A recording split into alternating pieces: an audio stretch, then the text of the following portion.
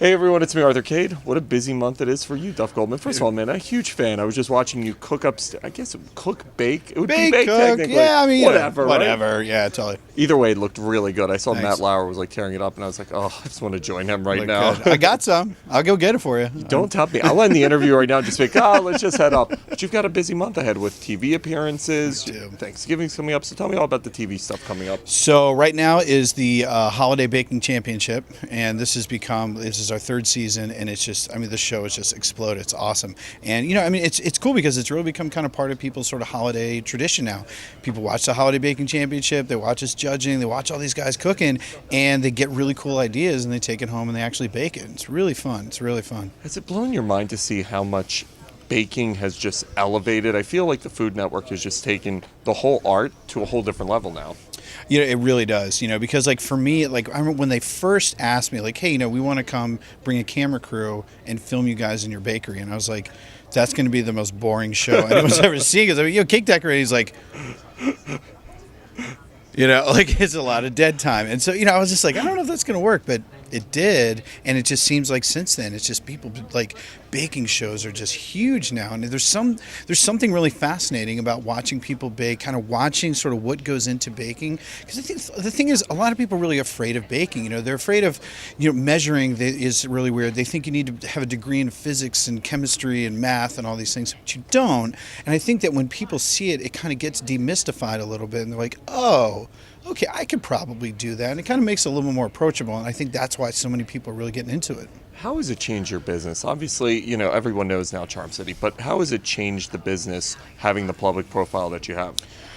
You know, I could talk for about 4 hours with that question, but, you know, it's done a couple things. So one thing is that it really lets people into our business, and it lets people kind of shows people sort of what goes on in this industry, in the cake decorating industry, because it's a weird business, right? We do weird things, and we put lasers in cakes and stuff. And we do regular, you know, wedding cakes and birthday cakes and things like that. But like what they see on TV is like monsters and cars that work and, you know, all this stuff. And I think that what it's done is it's given people a glimpse. So when people are coming to order a cake, they're just a lot more knowledgeable. You know, they kind of like they sort of they know what to ask for. They know what they're looking for, and it gives them an idea. And it's funny because a lot of the other cake decorators, they'll call me up and be like, "There's this lady in my bakery, and she wants this cake. She wants it spinning, hanging from the ceiling, spinning around, and shooting fireworks. How do I do that?" And then I gotta explain it because it's my fault that they're going in there anyways and asking for this silly cake. And so I'm like, all right, here's how you do it. You know. How has it transformed your life personally? I mean, you're a recognizable figure now. Has it been? Does fame make it crazy for you? Not at all. No, I mean, because, you know, I think that for a lot of people, I think, you know, fame is a weird, I don't know, they kind of have like a weird relationship with it. For me as a chef, you know, I mean, the thing is like, you know, in the bakery and whenever I'm cooking in a restaurant, you know, I can make, you know, 50 people happy, 100 people happy, 150 people happy, like at a time. But now I can go on TV and I can share it with millions of people. And I think for me, that's just, you know, for any chef, that's amazing. I think that's why you see people like Bobby Flay, Guy Fieri, Tyler Florence, Giada, everybody on the Food Network.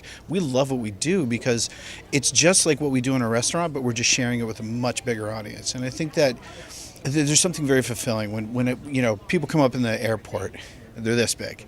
The 12-year-olds, the 10-year-olds, and they come up and they want to give me a high five. I'm like, this is amazing. You know, who would have think 20 years ago that little kids would be looking up to a chef, you know? Chefs wasn't like the most respected of you know, professions. When Ace of Cake started taking off, I remember, I'm like, who is this guy? Was it surprising to you how much people gravitated towards that show? It really was, yeah, because, I mean, you know, the whole bakery, you know, everybody that was in there, it's a very real place. I mean, those are all my friends. We are who we are. We weren't acting. We were all a bunch of weirdos. And, you know, when they were like filming it, but people actually like wanted to watch us, I was like, that's so weird. Why would you?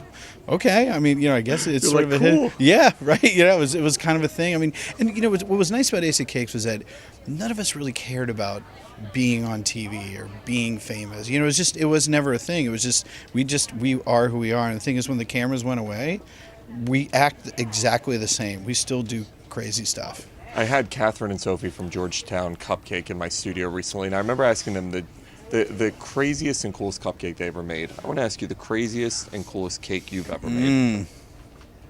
That's a good question, man. Wow. I mean, we made a life-size working NASCAR once. That's cool. We made a life-size elephant one time.